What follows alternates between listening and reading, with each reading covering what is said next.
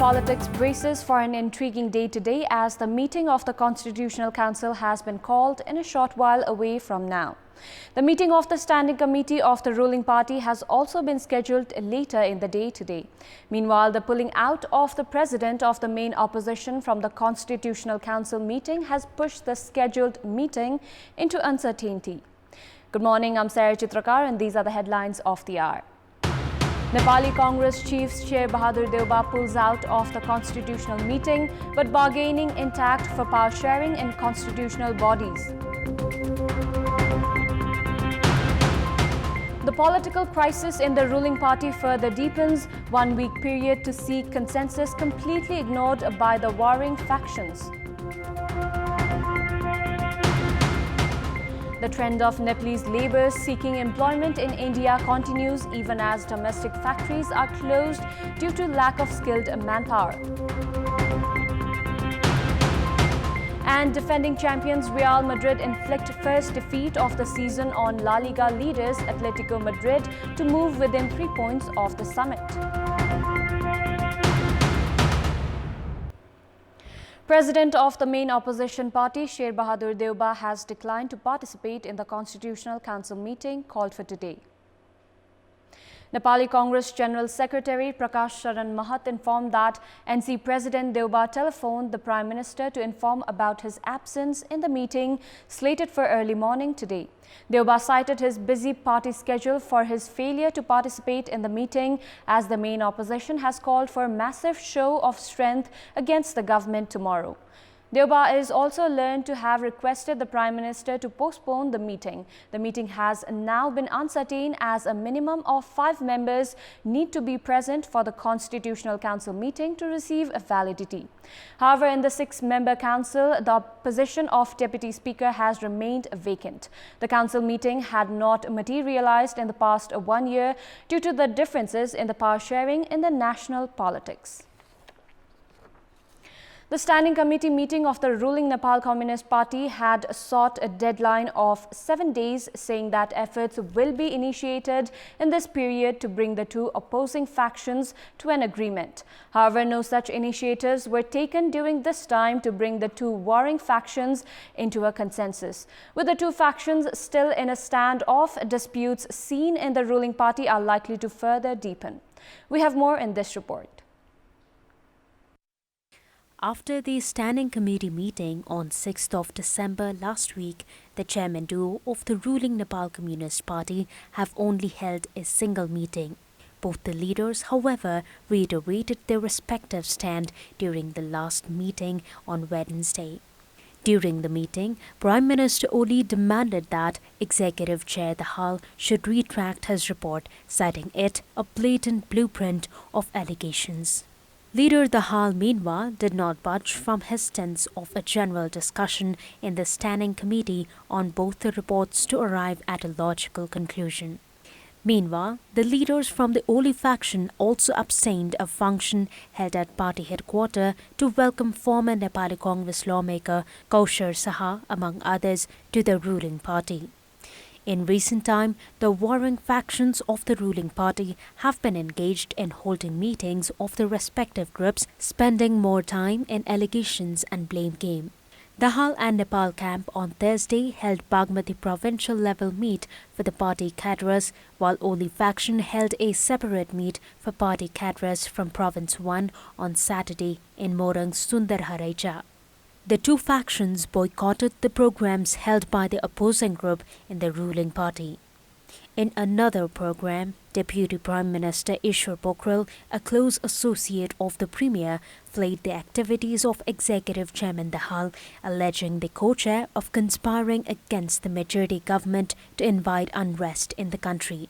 Amid all the chaos, it is unlikely that the Standing Committee meeting that is called for Sunday will give a political outlet to the outstanding disputes of the ruling party. There is a trend of Nepali youth migrating to the neighboring country India amid the lack of employment opportunities in the country. Meanwhile, some industries in the country have been closed due to lack of labourers. There is a lack of skilled manpower in the country, while the labourers from India are stranded in their country itself amid the global pandemic, resulting in closure of cement, brick, among other factories. The border territories of Kailali and Kanchanpur district are crammed with youths travelling to India seeking job opportunities on a daily basis. Meanwhile, the factories and industry in the country are having a hard time finding labourers. The production has gone down by 50% in shoe factory, even as the factory is capable of producing 50 million pairs of shoes and slippers each year. The production has shrunk by 30% as around 18,000 Indian labourers are stranded in their home country amid the coronavirus pandemic. Brick factories have also been affected as the home factories are highly dependent on Indian labourers. According to National Planning Commission, some 500,000 labourers make their way into Nepal every year, which results in the exodus of some 300 billion rupees from the country. The scenario calls for high priority in developing skills of Nepalese labourers. The Nepal-India ties have visibly grown stronger in the past 2 months with a series of high-profile official visits from the southern neighbours. Chief of Foreign Affairs Department of India's ruling BJP, Vijay Chauthaiwale, is the latest high-profile leader to visit Nepal. We have more in this report. Chief of the Foreign Affairs Department of India, Vijay Chauthaiwale, called on Prime Minister KP Sharma Oli on Thursday following his arrival in Nepal the same day. The meeting was also attended by Finance Minister and General Secretary of the ruling Nepal Communist Party, Bahadur. Sources have claimed that Chauthaiwale visited the country in response to the official invitation by Finance Minister Bahadur. Interestingly, the chief of the Foreign Affairs Department of the ruling NCP is leader Madhav Kumar Nepal. Given this scenario, it is still unclear why the invitation was sent by Minister Bahadur instead of the chief of Foreign Affairs Department of the ruling party. It may be recalled that the ties between the two countries came under strain after India publicized its political map incorporating Nepalese territories in Kalapani last year. Indian intelligence agency RAW chief Samant Goel had arrived in Nepal on 21st of October, while there is a lingering dispute within the ruling NCP regarding the Premier's official meeting with RAW chief Goel. Leaders from Oli-led faction have been stating that Goel came as Indian Prime Minister Narendra Modi's envoy. The official visits continued as Chief of Indian Army Staff Manoj Mukund Naravani landed in Nepal, followed with a visit by Indian Foreign Secretary Harshvardhan Shringla. Prime Minister Oli sent a message to his Indian counterpart through Shringla, who had arrived in the country on 26th of November to settle the border dispute on the basis of mutual agreement. Chauthaiwale also called upon Minister for Foreign Affairs Pradeep Gyawali and NCP leader Subhash Nimbang at a time when the border dispute is yet to be resolved. Chauthaiwale is considered a prominent leader of the ruling BJP and a close associate of Indian Premier Modi. The continued visits from the leaders of India's ruling BJP at a time when Nepal's ruling party is at the verge of a split is being seen by political analysts with significant interest. In our Public Voice segment, we had asked the local residents in Kailali district what measures can be adopted to protect the students, guardians and teachers from coronavirus infection as the education sector resumes. Let's take a look at what they had to say.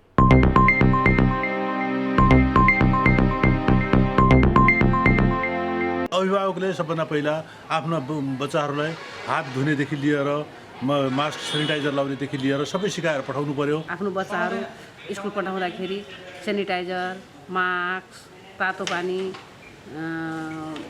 दिएर पठाउने।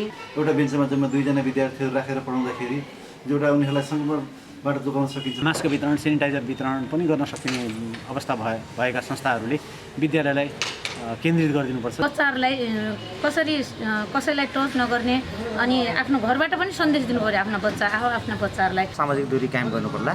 त्यसमा पनि तपाईँको चाहिँ विद्यार्थीहरू एउटा क्लासमा चाहिँ 40देखि 36 जनासम्म हुन्छ लगभग भनेपछि तिनलाई चाहिँ 2 भागमा बाँड्ने। सेनिटाइजर भयो, मास्कहरू एकदम नियमपूर्वक लगाउनु भन्ने जानकारी बच्चाहरूलाई पनि दिने र बच्चाहरूका अभिभावकलाई पनि टिचरहरूले एकदम भन्नै पर्ने हुन्छ।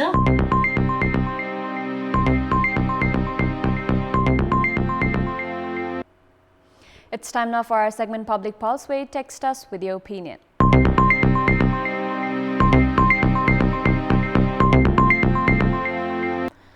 Here's the question. What's your take on the proposal of granting 2-day holiday to public officials in a week? Your options are A. Apathy to service delivery, B. Trying to economize, and C. Faulty imitation. The voting is on. Type NEWS, select your option A, B or C and send it to 34001 to share your opinion with us. Before we wrap up, here's a look at the top stories once again.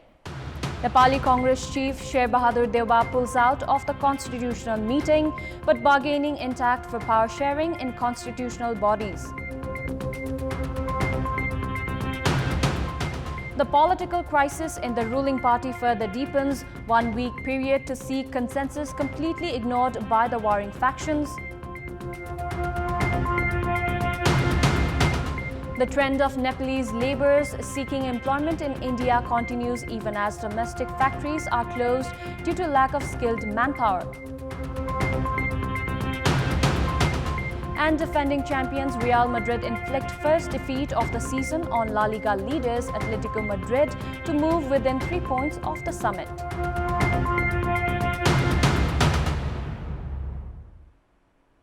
That's all for the moment. Thank you for watching. Good day.